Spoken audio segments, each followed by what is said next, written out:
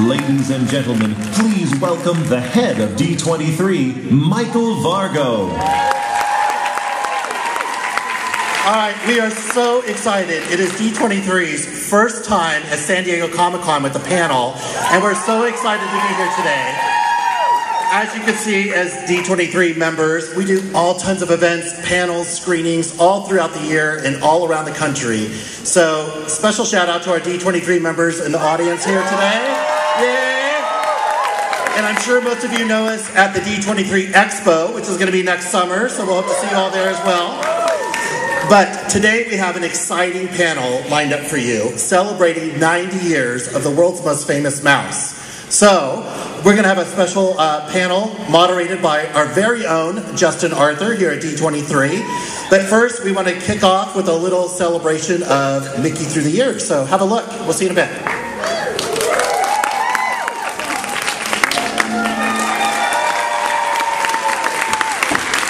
All right, everybody, welcome. I'm Justin from the D23 team, and I am thrilled to be here to celebrate 90 years of Mickey Mouse with D23, the official Disney fan club. So let's get on to the interesting people. First, I would like to introduce our panelist. She has been with the Walt Disney Company for almost 30 years, with the Walt Disney Archives for 25 this summer. Ladies and gentlemen, the maven of minutia, Miss Becky Klein.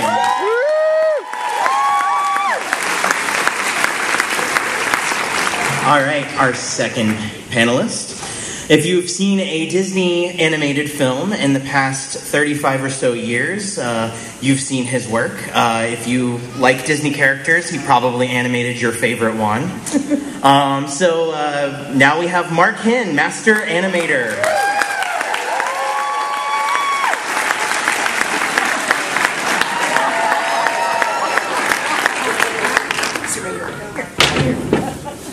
All right, and last but not least, the leader of the club himself, the official voice of Mickey Mouse, Mr. Brett Iwan.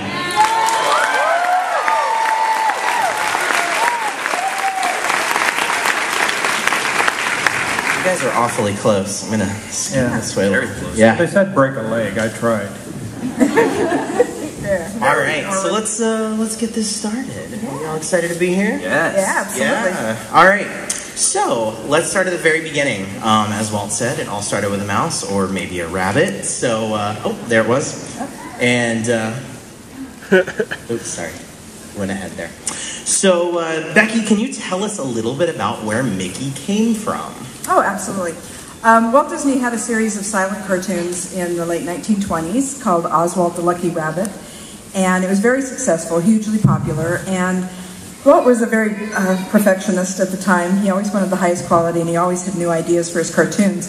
So he went back to New York in 1928 to ask the distributor for more money for the cartoons so that they could make them better. And he got back to New York, and the distributor said, no more money, and by the way, I own the character, so I'm going to take over Oswald. So Walt, didn't freak out. He just took the train back to L.A., and thought about it the whole trip back and said, I need to come up with a new character, and thought about a little mouse. And when he got back to California, he created a brand new character that we know today as Mickey Mouse. All right. So what were the first Mickey Mouse cartoons that were created? Well, the very first Mickey Mouse cartoon that was created was called Plane Crazy. And it was, at that time, the height of popularity right then, the craze going on, was the Lindbergh flights. And so they made a movie based about flying in a plane, and Mickey kind of did his Lindbergh impression. It was a silent cartoon, and they were trying to find a distributor for it and for a second one that they did right after called Gallopin' Gaucho. And he was looking for a distributor and couldn't find one in Los Angeles. And shortly before he lost faith in it, he found out that The Jazz Singer had just opened in Hollywood by Warner Brothers, and it was a smash hit because for the first time there were talkies, there was sound to these cartoons, and he thought, well, that's a great idea, and so he went that direction and created a cartoon called Steamboat Willie that had sound. All right, so now that we're on to sound, Brett, tell us all about that. That's your area of expertise. I pretend it is, at least. Okay. First off, hello, Comic-Con! I know I can't get away without talking to you guys like that first. Nobody wants to hear this. Sound, yeah, so Steamboat Willie was huge for Mickey because it was the first synchronized sound cartoon, so it was a big deal back then. And Becky and I were just talking on our own train ride down that, you know, back then at the studio at the Hyperion lot, they had projected Steamboat Willie up onto a sheet. And behind the sheet, Walt and the guys stood back there with pots and pans and were making all kinds of sound effects, synchronizing to the sound to test it. To see if it would work. To see if it would work, and then they were thrilled. Yeah. So then they went on to New York, right, to actually record it, because there weren't any real recording. The technology wasn't really around Los Angeles. To do the recording. To do the recording. In LA, so they went Yeah, so they went to New York, and then they premiered at the Colony Theater. So yeah, Steamboat Willie was huge. So Mickey doesn't say a lot in the cartoon. No. He makes some grunts He and does other noises. a lot of grunts and noises. And, Who provided that? Walt, actually. Walt was the first official voice of Mickey Mouse. So He also did Minnie's voice in that too. Ooh. it's technicality, Becky, but yes. Little screams here and there. All right, so let's cut to a clip of Steamboat Willie. All right. So Mark, tell us a little bit about, Walt wasn't the only one involved in Steamboat Willie. There was actually somebody who did the drawing. Yes, that would have been Ub Iwerks, and he was the machine, an actual physical artist machine behind these shorts, because he was incredibly prolific and could just bang out this animation left and right. So he was kind of Walt's unsung right hand man for most of these early shorts. Great. So, Steamboat Willie premieres. Mickey becomes a huge sensation. Everybody goes out to see it, and they quickly put into production quite a few more films. By 1929, Mickey had learned to speak. Tell us a little bit about that. Yes, he did. 1929, Carnival Kid premieres, which was the 9th short, right? And he uttered his first words. Does anyone know this? Hot dog. It was just National Hot Dog Day, so somewhat appropriate. And isn't that where the hot dog dance comes from? That is not where the hot dog dance comes from, despite what you might think. Don't make me sing it. Mickey doesn't sing the hot dog dance. Anyway, I digress. Do it really well. He can do it really well. Hot dog, hot diggity dog. I meant the dance, but... Oh, yeah, I'm not dancing today. Okay. All right, so let's take a quick look at Mickey's first words on screen.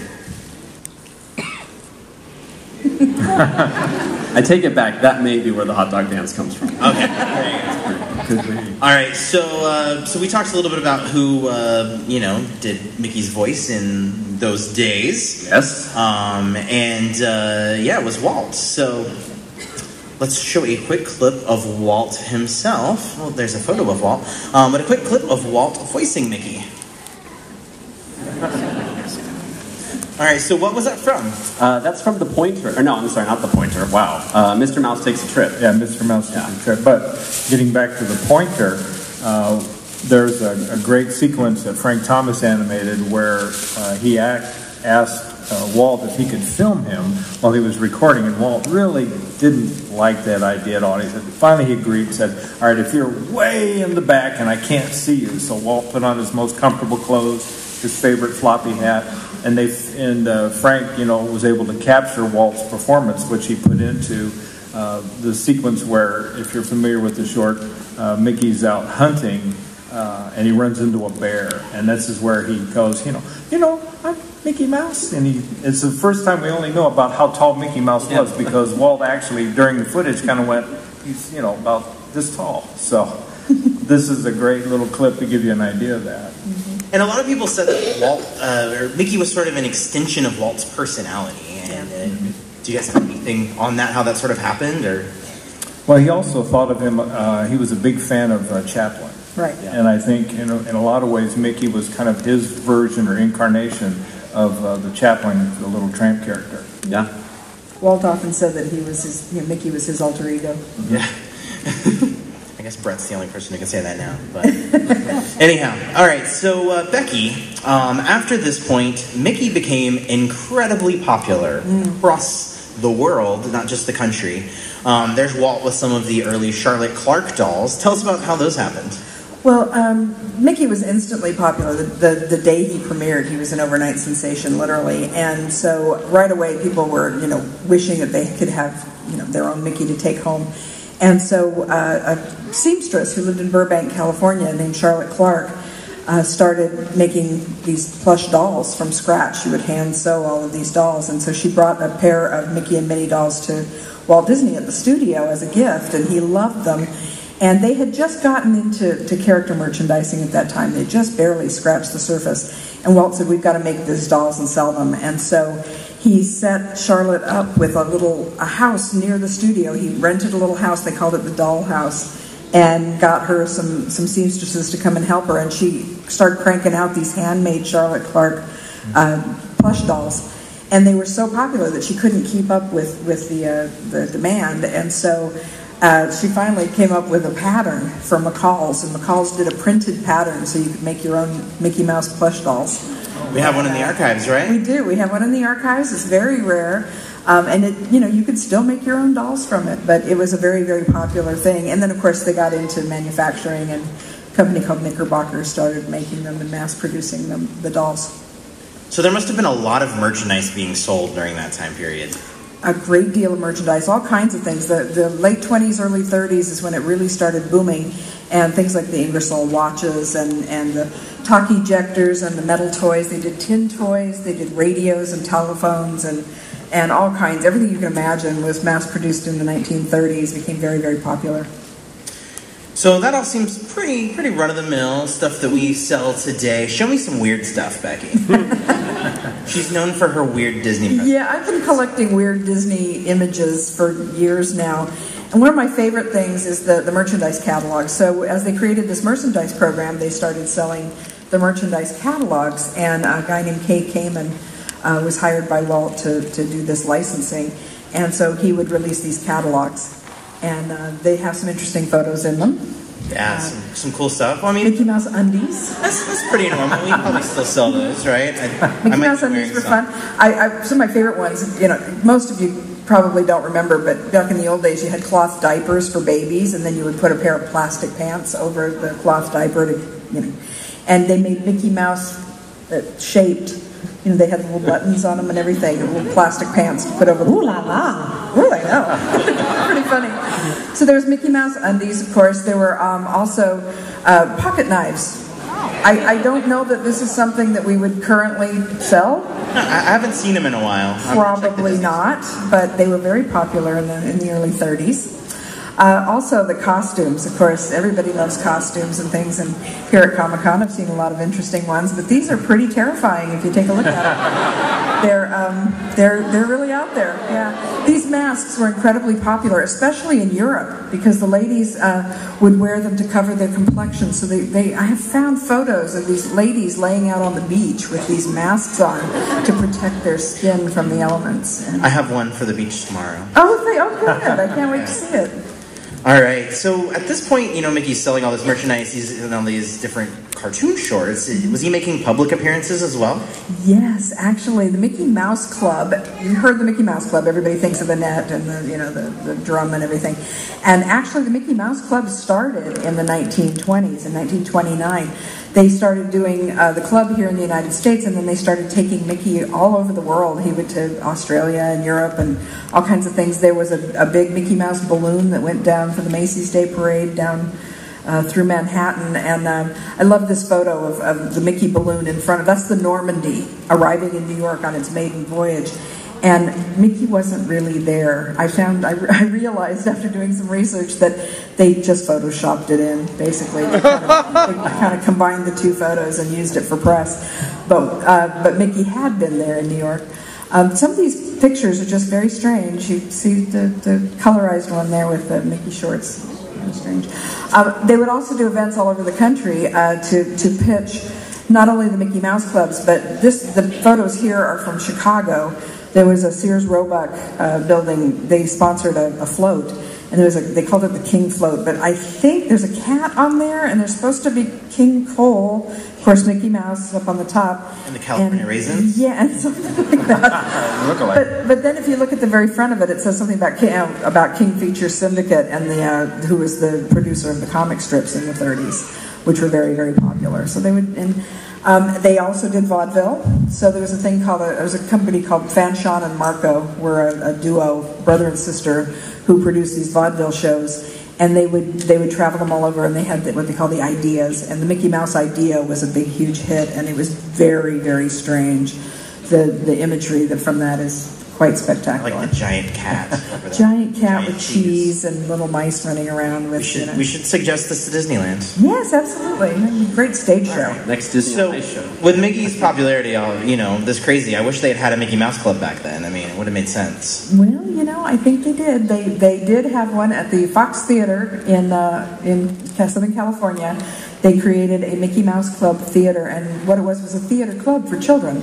And you could go, and you could, you had a secret handshake, and they had, they'd elect a Mickey Mouse and a Minnie Mouse who would run the show, and they had the song they sang, Minnie's Yoo-Hoo, the song that I'm sure you've all heard it at the park, but it was Mickey and Minnie's theme song.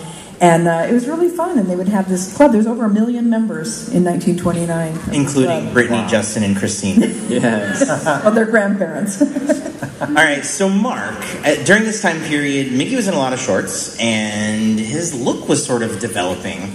And things were sort of changing by 1935. Some things happened. Well, as you've probably all heard, and it's largely true, Mickey in his early days when Ub was starting to animate him, basically a lot of nickels and dimes and quarters were used around the studio because that was about the size and would give you the nice perfect circles that made up Mickey's body. So his head and his body were largely the same, size circle with a couple smaller circles, dimes on top of the quarters, and then a little connection in between. And there wasn't in the early animation a lot of what we call flexibility or squash and stretch.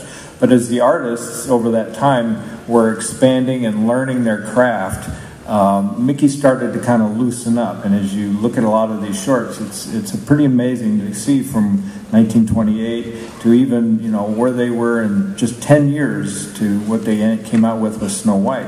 Mickey followed that same evolution of animation, and you start to see a little more flexibility. And each animator that worked on Mickey kind of, explored and expanded and just tried to push the bounds of what they could do with the mouse. Who are some of those animators? Well, you've got people, largely Ub Iwerks starting it, and then that gave way to an animator by the name of Freddie Moore, who was just this natural. He just kind of walked in off the street, and Walt looked at his sketches and said, "You're hired." And Freddie had just a real natural rhythm and flow to his drawings, what we call Disney appeal. He was kind of the father of Disney animation appeal. And so this is Freddie on the picture there at his drawing desk. But he was largely credited with taking those circles and dimes, very rigid shapes, and loosening it up. He kind of took the body and created what we call a pear shape, which is, kind of narrow and then a little wider around the tummy and the bottom. And, that started to give a lot more flexibility to the animation, and of course that got Walt all excited because he was always looking for ways of improving, and it gave the animators the opportunity to be much more expressive. And one of the clips you showed from The Brave Little Tailor had a milestone moment. There's a great little scene that Freddie animated where Mickey has finally been, shut out of the castle. Everybody's like going, "Gray, you're gonna go, kill the giant," and Mickey's like, "Oh boy," and it's just like Mickey at his height of emotion and acting, and that was Freddie Moore, and he couldn't have done that unless the body was, softer and a lot more malleable, and that was the kind of things that Mickey started, or that Freddie and other animators brought to it. Les Clark was another early animator who really advanced Mickey's animation. Awesome. So by 1940, we had a pretty big milestone for Mickey. Becky, can you tell us a little bit about why Fantasia was such a big deal for Mickey? Well, Fantasia started out as a short. It was going to be a short called The Sorcerer's Apprentice, and it was a vehicle that Walt wanted to experiment with classical music, and there was a poem, or a tone poem, by Paul Dukas, which had a story to it already of the Sorcerer's Apprentice, and it had a story.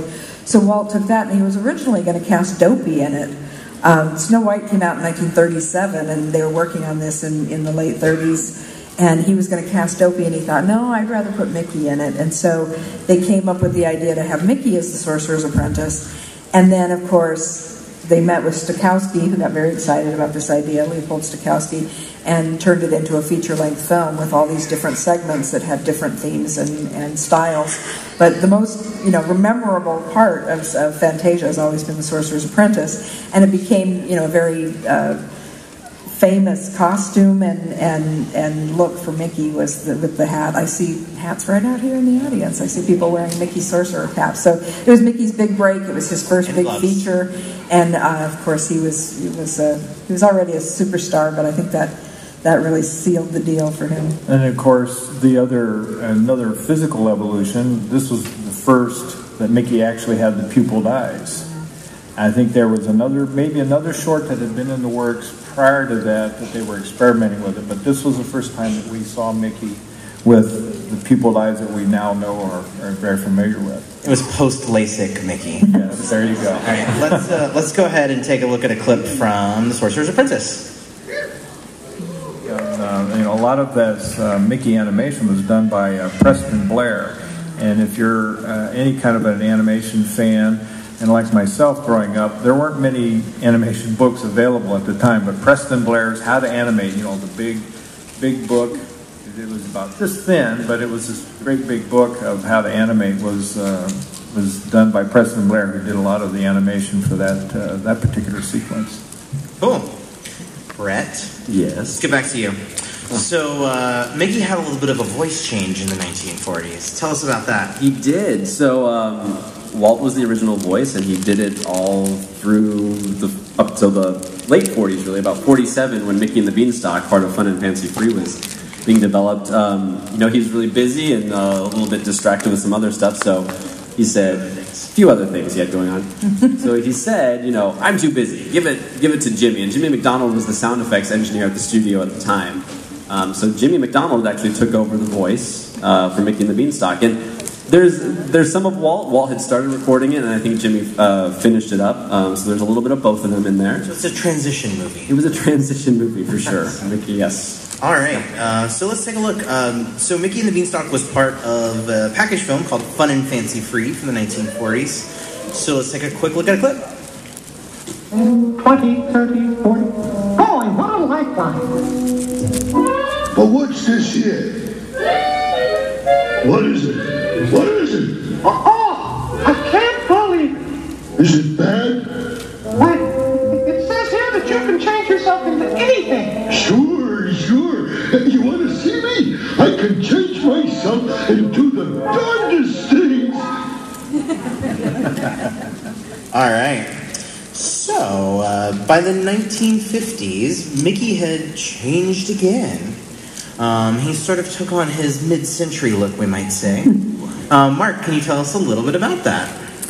Well, there were, as I said, Mickey's the kind of a character that is very open to the artists that work with him. And so as, styles, artistic sensibilities changed, the studio and the artists there, Mickey's design changed as well. And I think there was, Walt used to kind of refer to him, he said he kind of looked like a little man now. He kind of lost some of the early proportions that he used to have. But largely, it kind of reflects the style that was very popular in those days. And what you're seeing here is, I think it's a model sheet, how to draw Mickey that you could have gotten at the parks at that time. But if you look really closely, it's got a little more of a stylization to it, a little more of an edge in some respects. And that, again, was really just reflecting the sensibilities and the style that was very popular in the 50s. So speaking of the 50s, Mickey he was busy. He slowed down on the shorts business by about 1953. But what was he doing, Becky? Well, Walt discovered something really interesting. It was called television. And he decided that he was going to do a children's show. It was partly to raise money to build Disneyland. He got into a deal with ABC, and as part of the deal, they said, we want you to produce a weekly or a daily television show for kids. And so Walt said, well, I'm going to take Mickey, because everybody loves Mickey, and created the Mickey Mouse Club. And so the 1950s Mickey Mouse Club happened about that time. So Walt put Mickey in as the host of that show. And so while Donald and the other characters were making the shorts, Mickey was hosting the Mickey Mouse Club. And then, of course, Disneyland opened the same year. And so Mickey was pretty busy. Yeah, so let's watch part of the opening. And even though we didn't see it in that, but speaking of Walt handing over the voice to Jimmy, when the Mickey Mouse Club came out, he actually saw Jimmy at a recording session one day, recording the intros for it, and he said, "You know, I can do the voice too." So the intros to the Mickey Mouse Club are actually Walt coming back to voice Mickey again. You know your stuff. I tried. All right. So let's kick it back to Becky. There's something else Mickey Mouse Club became a cultural phenomenon. Yes. We had many Disney stars that came along during that. Tell us a little about that. Well, the Mickey Mouse Club started out, it only ran for 3 full seasons, 1-hour episodes of it every day, so there was a lot of the shows. But it starred, of course, some very talented youngsters that were cast in the show, and some famous ones came out of there. I'm sure you've all heard of Annette Funicello. Annette. Maybe you don't know your stuff, Brett. Yes. Bobby Burgess and Darlene Gillespie and folks like that. So they're very, very popular. The show was immensely popular with kids in the 50s. And, of course, Jimmy Dodd, who you see there, it was the Big Mouseketeer, and he was the host of the show, and he played the mouse guitar. And you're very famous for wearing mouse ears. And the mouse ears actually were really interesting. They needed some kind of uniform to bring these kids together for the show. And so Roy Williams, who was an animator at Disney and was the Big Mouseketeer, they called him. He was the big guy. And he was also a very talented animator. And so he remembered a cartoon short, I think it was actually Carnival Kid, where Mickey tips his ears to Minnie. He pulls them off completely. The top of his head comes off as if it's a hat. And Roy, of course, was the master of gags, and so he thought that was pretty funny, and so he came up with this idea of, as he put it, he took a yarmulke and put ears on it. And became very famous on the Mickey Mouse Club, and then, of course, they started selling them at theme parks and at Disneyland. So the theme parks, let's talk about that. The parks, yes, of course. Segway. Mickey was also a host at the parks. Yeah, well, I mean, he was also sort of the beginnings of the parks in some ways. Yeah, the reason that Walt said he started Disneyland, he had several different reasons. He wanted to have a place where families could go together and enjoy their time. But he also was getting inundated with fan letters from little kids who wanted to know, they wanted to come to the studio and see where Mickey Mouse lived. And, he thought, well, maybe I should build a little park next to the studio. And so he came up with this idea for a Mickey Mouse park. And so Disneyland at first it was going to be about Mickey Mouse, and then Walt started adding in different things, but it was a place where kids could come to see Mickey. And then, of course, he ran out of space really quickly and built in Anaheim. And Mickey was there. Mickey and Donald and Minnie were there at the early years. Great. Of a kind there. It was a different time. They were working very hard back then. Life was rough for. But by the 60s, they started looking better. The 60s, they changed a little, and you can see they were a little. Keep improving. Does this hat improve on that? Yeah. And Mickey slimmed up a little bit. Yes, Mickey did slim up quite quite such a bit. Yes, by the time they were taking color photos in the late 60s, he had slimmed down quite extensively. All right, so this brings us to the 60s, and then, by the late 60s, Walt had passed away. But not long after, that sort of helped start the Walt Disney Archives. Yes. Walt Disney passed away in 1966, and at that point, we were losing a lot of animators were retiring, passing away, and we lost Ub Iwerks in 1971. But long about that time, 1970, a young man named Dave Smith, who was a librarian at UCLA, came to Roy Disney, and Roy O. Disney, who was Walt's older brother and the co-founder of the studio, and said, I really think that it would be a good idea for you to take all of your company files and all of the materials that you've produced over the last so many years and put them together into an archive and actually start something. Well, this is a brand new idea. There was no such thing as an entertainment archive at that time. And so Roy hired him to first inventory Walt's offices and then create the archive. So the Walt Disney Archive started in 1970, and it was the very first entertainment archives in the world. And other studios followed suit and started making archives just like we did. Yeah, so we got to get to the 80s. We're actually behind our decade on our time schedule. Okay.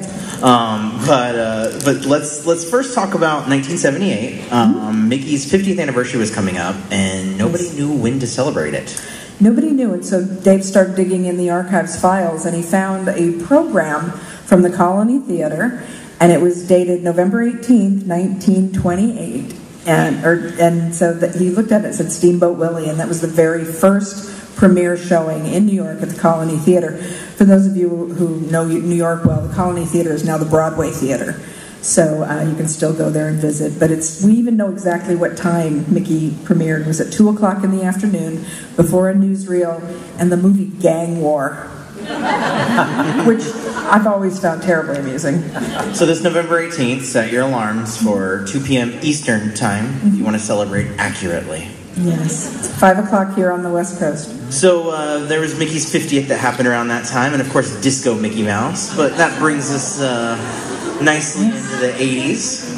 There's a lot of fun Mickey projects during the 80s, like his 60th birthday, Who Framed Roger Rabbit, and he got added on the side of the Star Trader at Disneyland. Mark, do you know anything about that? A little.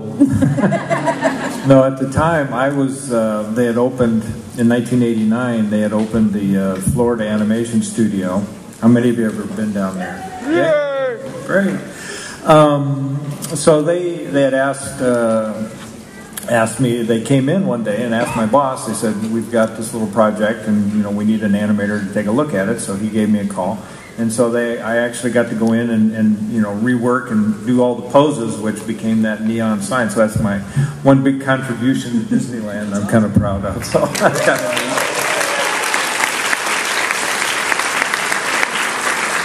So 1983 also marked Mickey's return to the big screen after 30 years of not being in shorts or features, and bringing him back in that way took a very special animator. Let's take a look. Clip, amongst many things, but that was filmed in the basement of the Ink and Paint building. And there's a tunnel that connects the animation building and the Ink and Paint building. It was designed to kind of help house the artwork whenever it does rain here.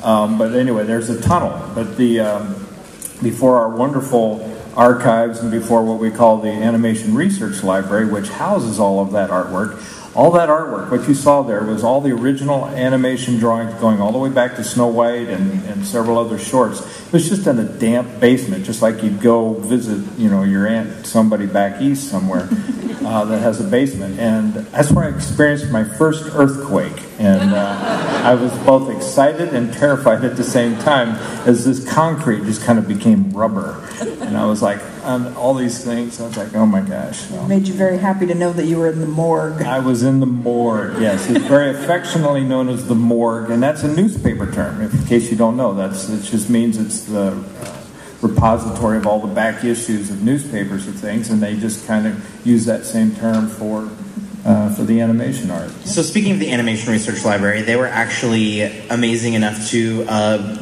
give us a few of Mark's drawings that he did for Mickey's Christmas Carol to show off to all of you for the first time. Mrs. Mickey is Bob Cratchit. Mickey is Bob Cratchit, that's right. Bob Cratchit floating. Yes. Some really cool drawings there. This one's my favorite. He was a happy clerk. All right, so there one other big thing about Mickey's Christmas Carol, and we have to get to the 90s soon, so don't talk too much, Brett. Okay. But Mickey also had a voice change around this time. He did. So around 1977, I think, with another iteration of the Mickey Mouse Club, Wayne Allwine started taking over for Jimmy McDonald. Wayne was Jimmy's apprentice, I guess, in the sound effects department, so it only made sense that he would carry on the torch. Yeah, so let's take a quick clip of Wayne. The familiar falsetto of the world's favorite mouse has been mastered by only 3 individuals during Mickey's career. Disney sound editor Wayne Allwine, the newest voice of Mickey, is making his big screen debut in Mickey's Christmas Carol. What? Merry Christmas, Mr. Scrooge! Oh, won't you come in? Here's my speaking voice. I go up a little bit higher and a little bit higher, and oh boy, there he is, right there. Now go higher. or I can go lower. If you don't hit Mickey just right, here's an example. Oh boy, that's Mickey. Now if I go down here and go, oh boy, that's Mickey. Well, it's not quite right. Or if I go too high, oh boy, that's Mickey. It's not quite right. He sits in a very narrow area, and you've got to pinpoint him. Well said, Master Fred. I'm Mickey 3. I'm the third person to do the voice, which implies to me there will be a Mickey 4. So somewhere out there's got to be somebody who will eventually fill my shoes as I fill Jimmy's. Start practicing. You never know. Chills. All right, so all that being considered, we got to be fast, but all that being considered, so we're looking at Mark's beautiful animation, Wayne's beautiful voice. Let's take a quick look at all that coming together.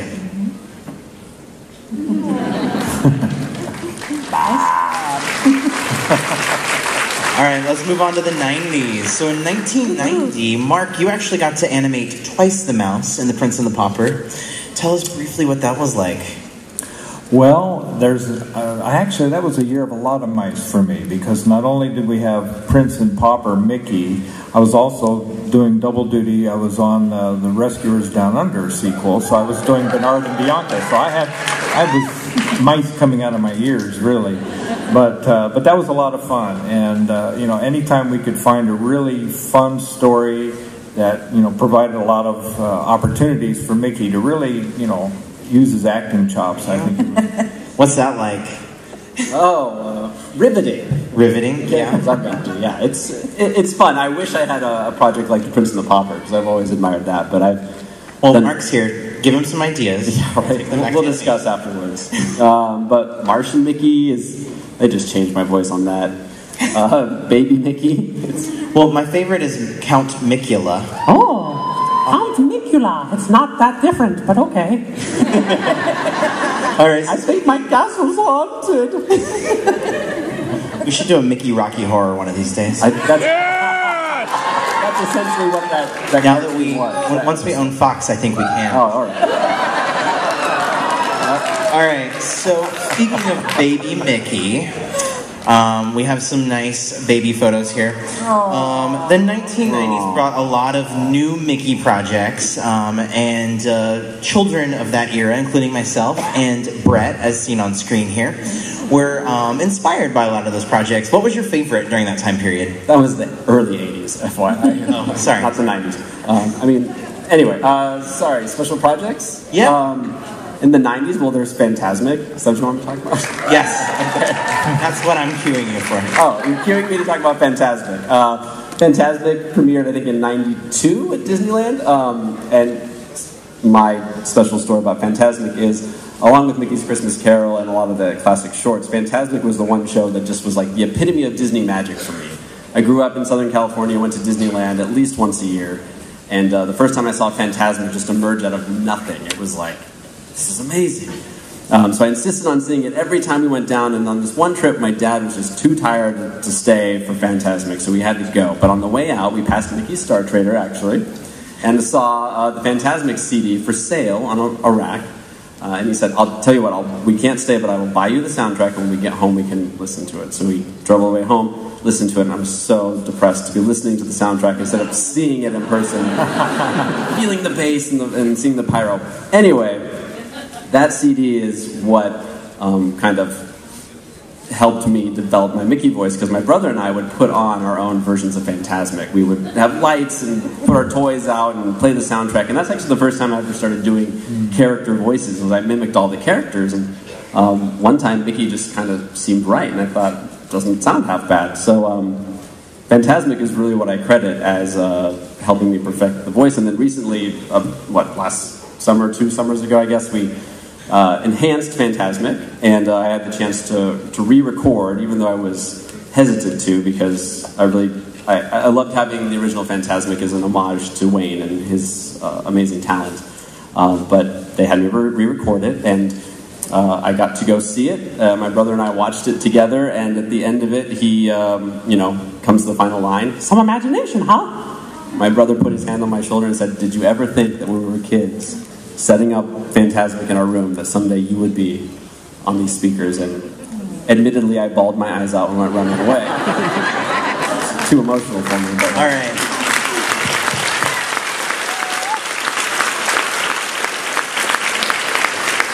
So since you got to tell us that story, we're going to have to speed through the story of how you got hired as being Mickey. It's boring anyway. So I went to, my dream was always to work for Disney, but as an artist, and I went, that led me to art school. I did not end up at Disney. I ended up at Hallmark Cards in Kansas City, Missouri, of all places, similar to Walt, just blocks away from his Laugh-O-Gram studio, actually. I was there for a while, and then a friend of mine who works at Pixar found out that they were auditioning for an understudy at the time for Mickey Mouse, and she knew I did the Mickey voice and said, "You've got to try out for this." And I just thought, won't that be a cool story to someday say, I auditioned for Mickey Mouse, how cool is that? Little did I know I got a phone call a few months later, and they actually wanted me to come out for an in-studio audition. I did that, and unfortunately Wayne had passed away during that audition process, so it turned from being an understudy to basically assuming the role position. And that is the very concise version of how I got it. You're welcome. The end. So you sent me a few of your first projects. If we could throw those up. Okay. Do we have the keynote?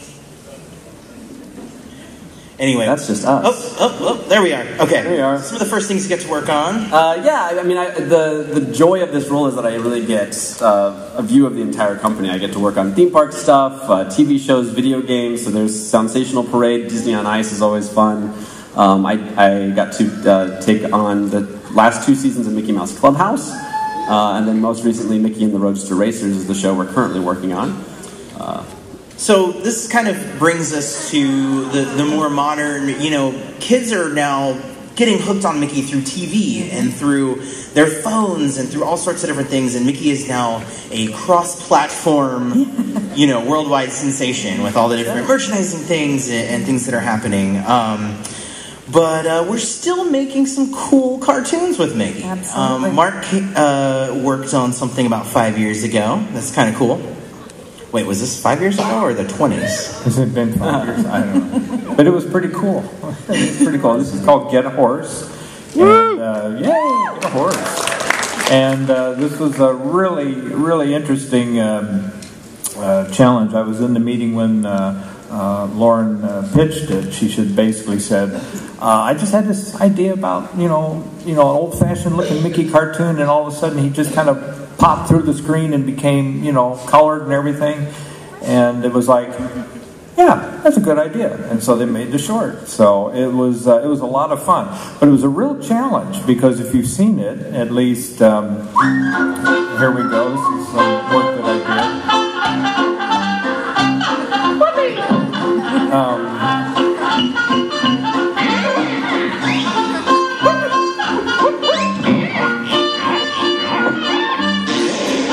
6 minutes and counting. Okay. But anyway, the fun of this short was the fact that we actually had to kind of almost forget everything that we've been learning how to animate and go back to that early 20s style. It was just basically just move it from A to B, very few in-betweens, very few, we didn't have the nice Freddie Moore shaped body. It was back to quarters and dimes and things like that. So it was a challenge that we had to kind of set aside everything that we were trained to do to go back to a 20s style. But it was a lot of fun. We had a really good time with it. All right, we have 5 minutes to get through Mickey's in 2018, so let's get to it. So Mickey is turning 90 this year, as any graduate program saw. And the whole company is celebrating. The parks are throwing the world's largest mouse party around the world. So Mickey's going to be making the rounds. And we're also working on a new attraction for next year at Walt Disney World, Mickey and Minnie's Runaway Railway. I was celebrating the 90th with working on our new member gift. So if you're not 23 members, this is our 2018 member gift if you join this year. It's pretty cool. It comes with 23 different items tracing Mickey's history, and you get to take each one out. There's fake cells and all kinds of cool things in it. But, Brett, what are you working on for Mickey's 90th? I've been working on a lot of stuff that we're not, a lot of stuff in the works. I'm not supposed to talk about a lot of it, but as of today, I can officially announce that I'm very excited to be a part of Kingdom Hearts 3, which will be premiering in January of 2019. Prove it. Did you bring something? You are the first people in the whole world to see that new teaser for Kingdom Hearts 3. All right, so Becky, how are you celebrating Mickey's 90th? Well, something very special about Mickey's birthdays is that every major anniversary, the Walt Disney Company has created an official portrait of Mickey. And those portraits are proudly residing in the Walt Disney Archives. John Hench was the first portrait artist. He did a portrait for Mickey's 25th anniversary in 1953, and did one every major anniversary after that until he was 95 years old, and he did the 75th anniversary portrait in 1988. So after that, for the 80th birthday, Paul Felix, who was the art director on Bolt and a very talented animator at Disney, did a special portrait for Mickey's 80th birthday, and this is the 90th birthday coming up this year. And all of you who are sitting out there just received a set of magnets of all of those other portraits for you to study. We couldn't leave you without a few surprises. So, ladies and gentlemen, I'm proud to announce that the artist that was chosen for the Mickey's 90th 2018 portrait is none other than Mark Henn himself. So, get ready, because we are unveiling it to the world right now. You are the first people outside of Disney and maybe Mark's studio to see the official 90th anniversary Mickey portrait. So without further ado, take it away.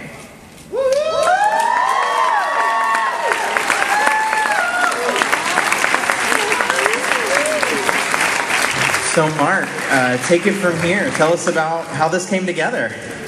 Well, I was just kind of wandering around the studio, minding my own business one day. It was actually right around, I think the Archives and D23 had that exhibit for Christmas. And I was overlooking at that. And Michael came up and asked me if I'd be interested in doing the portrait for Mickey's 90th. I mean, how do you say no to that? So, as you're seeing, this is in my studio. They came out and set up a time lapse, so we're taking a frame of film every 30 seconds. So it's about 30 hours worth of total work, compacted down to about 2.5 minutes.